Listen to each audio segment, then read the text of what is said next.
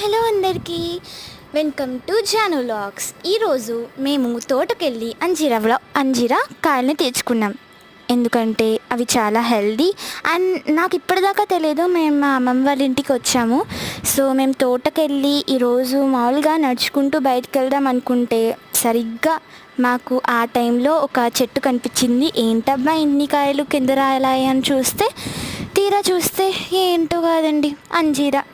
మీకు తెలిసిందే కదా, అంజీరా అంటే బయట పడి కొట్టేసుకునేటట్టు ఉంటారు. ఎందుకంటే ఈ కాయలు కేజీ 1000 రూపీస్. చూసారా ఎంత కాస్ట్లీయో. కానీ నాకు ఇక్కడ మా ఊర్లో కుట్లు ఉన్నాయన్నమాట కింద. ఎవ్వరూ కోసుకోవట్లేదండి, చెట్టు నిండా కాయే. అందుకే నేను ఈరోజు సరైన టైం చూసుకొని కోసేసుకుని ఇంటికి తెచ్చేసుకున్నాను. కడిగేసుకుని ఒక లీఫ్లో పెట్టేశాను.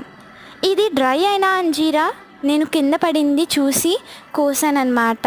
కట్ చేస్తే ఆ టేస్ట్ ఉంది మరి, సూపర్ స్వీట్. మ్యాంగోస్ అయితే చాలా పుల్లగా ఉన్నాయన్నమాట. పచ్చడికి ఇవే సరైన కాయలు. సో ఇది మాకు ఇక్కడ గార్డెన్ ఉంది, చాలా బాగుంటాయి. అండ్ ఇవి బ్రింజాల్స్ గురించి చెప్పేదేముంది, క్వీన్ ఆఫ్ ద వెజిటేబుల్స్ కదా.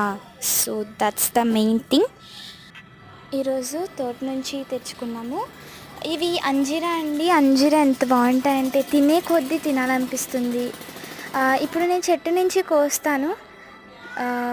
ఈ చెట్టు నేను 2 years ముందు పెంచాను, కానీ కొంచెమే పెరుగుతుంది. మధ్యలో గ్రోత్ ఆగిపోయింది.